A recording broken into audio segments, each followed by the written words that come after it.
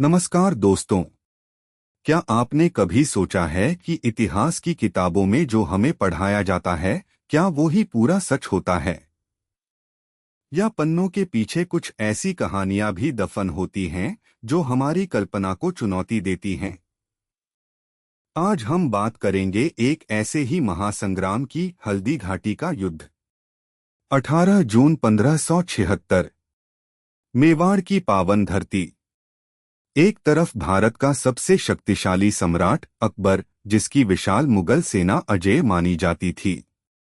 दूसरी तरफ मेवाड़ का स्वाभिमानी सपूत महाराणा प्रताप, जिसने मुगलों की अधीनता स्वीकार करने से इनकार कर दिया था। ये सिर्फ दो राजाओं की लड़ाई नहीं थी, ये स्वाभिमान और पराधीनता के बीच का भीषण संघर्ष था। मुगल सेना का नेतृत्व कर रहे थे मानसिंह, जिनकी संख्या महाराणा की छोटी सेना से कहीं ज्यादा थी। प्रताप के साथ थे उनके वीर भील योद्धा हकीम खासूर और सबसे बढ़कर उनका वफादार घोड़ा चेतक। रणभूमि पर भीषण रक्तपात हुआ। चेतक की अद्वितीय वफादारी, जिसने घायल प्रताप को सुरक्षित निकालने के लिए अपने प्राण न्योछावर कर दिए, भामाशाह का त्याग और प्रताप की अद्वितीय वीरता, ये सब कथाओं का हिस्सा बन गए। मुगल सेना ने युद्ध के बाद जीत का जश्न मनाया, पर क्या ये सचमुच अकबर की निर्णायक जीत थी?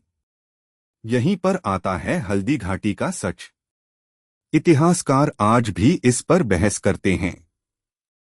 युद्ध का मुख्य उद्देश्य था महाराणा प्रताप को बंदी बनाना या मारना, ताकि मेवाड़ पर मुगलों का पूर्ण नियंत्रण हो सके। पर क्या ऐसा हुआ? नहीं। महाराणा प्रताप युद्धभूमि से सुरक्षित निकल गए। उन्होंने अगले कई वर्षों तक मुगलों को चैन से नहीं बैठने दिया।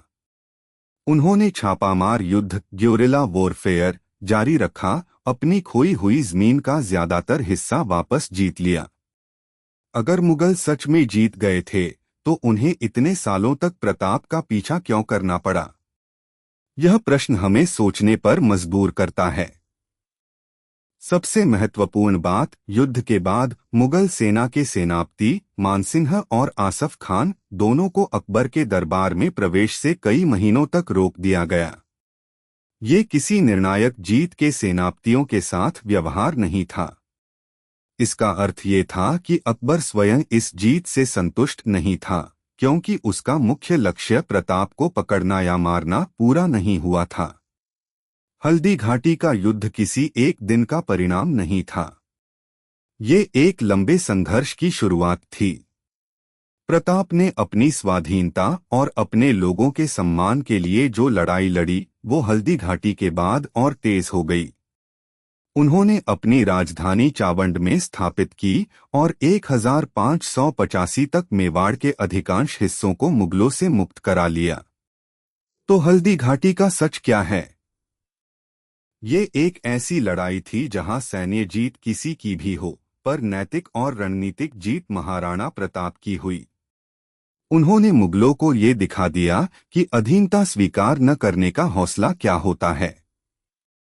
हल्दी घाटी सिर्फ एक युद्ध नहीं, बल्कि स्वाभिमान, त्याग और अटूट साहस की गाथा है, जो हमें याद दिलाती है कि सच्ची जीत सिर्फ रणभूमि पर नहीं, बल्कि आत्मा की स्वतंत्रता में होती है।